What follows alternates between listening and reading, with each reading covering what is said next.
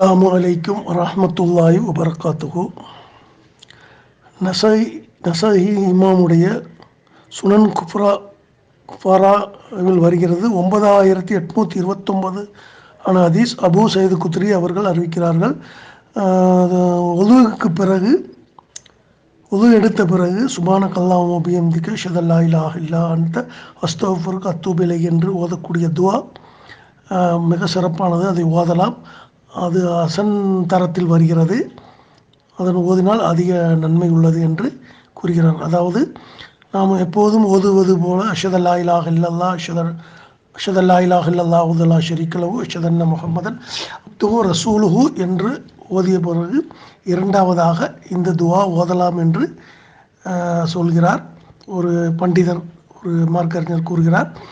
இது ஓதலாமா, இது அதிக நன்மை வாய்க்கக்கூடியதா என்று தெளிவான ஒரு விளக்கம் தருமாறு கேட்டுக்கொள்கிறேன். அதாவது கோவையிலிருந்து ஜமால்ங்கிற சகோதரர் கேட்கிறார். என்ன கேட்கிறாருன்னா, அந்த ஒழு செய்தவுடனே நம்ம ஓதுற துவா அஷ்ஹது அல்லா இலாஹ அந்த ஒரு துவாவை நம்ம வழங்கி வச்சிருக்கிறோம்.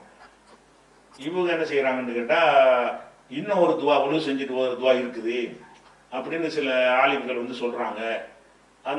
அது தபரானியில ஒரு ஹதீஸ் வந்திருக்கிறது, அந்த ஹதீஸையும் ஓதலாம், அது ஹசன்கிற தரத்தில் உள்ள ஹதீஸ் என்று சொல்கிறார்கள் என்று சொல்ல. அந்த துவா என்னன்னு கேட்டா, அதாவது மன் தவல்லா, யார் உழு செய்கிறானோ, கால அதுக்கு பிறகு சொல்லுகிறானோ சுப்ஹானக அல்லாஹும்ம வ பிஹம்திக லா இலாஹ இல்லா அன்த அஸ்தக்ஃபிருக வ அத்தூபு இலைக் என்பதை சொல்கிறானோ, அவனுடைய அந்த சொல்லை ஒரு முத்திரை செய்யப்பட்டு கியாமத் உடைக்கப்படாது, அந்த மாதிரி பாதுகாத்து வைக்கப்படும் ஒரு கருத்துப்பட ஒரு ஹதீஸ் இருக்கிறது.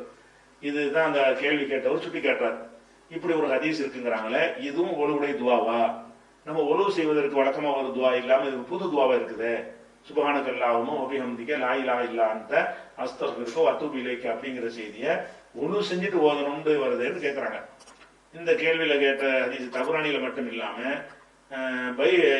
நசை அவங்களுடைய சுனனுல் குப்ரா நூல்லையும் இருக்கிறது. இந்த இவங்க சொன்ன ஹதீஸ் தபரானியுடைய அவுசத்து நூல்லையும் இருக்கிறது, சுனனுல் குப்ராங்கிற நூல்லையும் இருக்குது, ரெண்டுலையும் இருக்குது.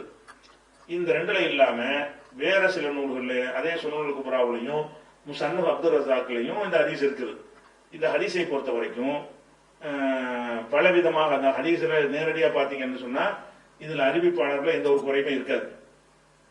அறிவிப்பாளர்ல பாத்தீங்கன்னா எல்லாம் கரெக்டானவங்க தான் இருக்கிறாங்க. இதை வச்சுக்கிட்டு தான் நிறைய பேர் என்ன செய்யறாங்கன்னு கேட்டா, இது சரியான செய்தி, ஹசனான ஒரு செய்தின்னு சொல்றாங்க. இந்த ஹதீஸ்ல நுணுக்கமான குறைபாடுன்னு ஒன்று இருக்குது. இதெல்லாம் வெளிப்படையா தெரிஞ்ச குறைபாடு.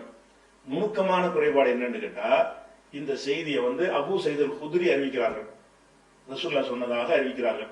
ரசூலுல்லாஹ் சொன்னதாக அறிவித்த செய்தி தபரானியுடைய மூஜமுல் அவுசத்திலையும் நசையுடைய சுனனுல் குப்ராவிலையும் இருக்குது.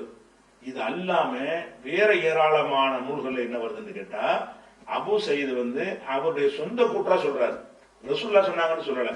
அப்ப ரசூலுல்லாஹ் சொன்னார்கள் என்ற கருத்துல ரெண்டு ஹதீஸும், ரசூலுல்லாஹ் சொன்னதாக சொல்லாம அபூ சயீத் அபீ சயீதின் கால அவரே சொன்னார், ஒழு செய்து விட்டு இந்த துவா ஓதுங்க அவர் சொன்னார் என்று வருகிறது. இப்படி வரும் பொழுது இதுல எது சரியானது என்பதை ஆய்வு செய்வதற்கு ஹதீஸ்ல நுணுக்கமான குறை, பெரிய அந்த ஹதீஸ் கலையை நடத்துற மாதிரி போயிடும். சுருக்கமா சொன்னா இழல் என்று சொல்லுவார். இழல் என்றால் ஒரு நுணுக்கமான குறைபாடுகள். இதையெல்லாம் மேம்போக்கா ஹதீஸ்களை கற்ற நம்மை போன்றவர்களால் கண்டுபிடிக்க முடியாது. அவங்க கண்டுபிடிச்சு சொன்னதை நம்ம விலகிக் கொள்ள முடியும். அது மேம்போக்கான நுணுக்கமான குறைபாடு என்னன்னு கேட்டா, இது சம்பந்தமா ஒரு 50 ஹதீஸ் வருதுன்னு வைங்க, 50 எடுப்பாங்க. 50 எடுத்து ஆய்வு செஞ்சு பார்த்துட்டு இவ்வளவு விஷயத்துலயும் அபூ சயீத் சொந்தமா சொன்னதான் வருது. இந்த ரெண்டு இடத்துலதான் ரசூலுல்லாஹ் சொன்னதா வருது. அப்ப எது சரியா இருக்கும் பல காரணங்களை ஆய்வு செஞ்சுட்டு இது அபூ சயீத் குத்ரியுடைய சொந்த சொல் என்பதுதான் சரியானது என்று அவங்க ஆய்வுகள் அடிப்படையில ஒரு முடிவுக்கு வருவாங்க. அப்படி வந்த ஹதீஸ் இதுல ரசூலுல்லாஹ் இதை சொன்னதாகவும் ஹதீஸ் இருக்கிறது, அபூ சயீத் அவரால் சொன்னதாகவும் ஹதீஸ் இருக்கிறது. அப்ப நசை சொல்கிறாரு ஹாதா ஹத்தம், இது ரசூலுல்லாஹ் சொல்வதாக அறிவிக்கிற செய்தி தவறானது. ஒஸ்ஸவாபு மௌகூஃபுன், சரியான கருத்து என்னவென்று சொன்னால் இது மௌகூஃப் என்றால் சஹாபியுடைய சொல்லு, மர்ஃபூ என்றால் ரசூலுல்லாஹ்வுடைய சொல்லு, மௌகூஃப் என்றால் இது சஹாபியுடைய சொல்லு அப்படின்னு சொல்லிட்டு அவர் காரணம் சொல்றார். என்னது, முகமது ஜாஃபர் என்பவர் அறிவிக்கிறார், அவர் மௌகூஃபாக அறிவிக்கிறார். அதே மாதிரி கைஸ் இப்னு உபாத் அறிவிக்கிறார், அவர் மௌகூஃபாக அறிவிக்கிறார். அதே மாதிரி இப்ப யாரெல்லாம் மௌகூஃப் அறிவிக்கிறாங்கன்னு என்ன செய்யறாரு, அபூ மிஜ்லிஸ் அறிவிக்கிறாரு. அவர் மௌகுஃபா அறிவிக்கிறார். இப்படி நிறைய அறிவிக்கிறார்கள்லாம் எடுத்து பார்த்தாங்கன்னா எல்லாரும் இந்த இந்த துவாவை பற்றி அறிவிக்கும் பொழுது அபூ சயீத் அவரா சொன்னார் என்றுதான் அறிவிக்கிறார்கள். எப்படி அறிவிக்கல? அபீ சயீதின் கால ரசூலுல்லாஹி ஸல்லல்லாஹு அலைஹி வஸல்லம் வரணும்.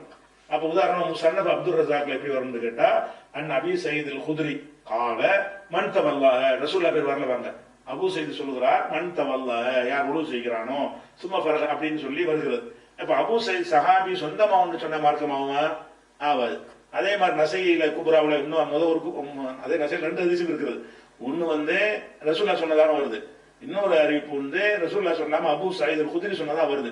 அந்த ஹதீஸ் எப்படி வருதுன்னா அபீ சயீதின் கால மன் தவல்லாஹ, அபூ சயீத் சொன்னாரு யார் அப்படின்னு வருகிறது.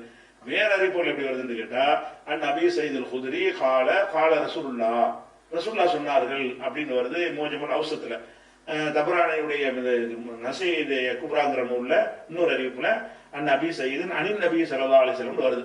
அப்ப இந்த லா இலாஹ இல்லா அன்த சுப்ஹானக்கங்கிற அந்த ஒரு துவாவை ஒழுவுக்கு பின்னாடி வேற வேற விஷயங்களுக்கு இந்த துவா வந்திருக்குது.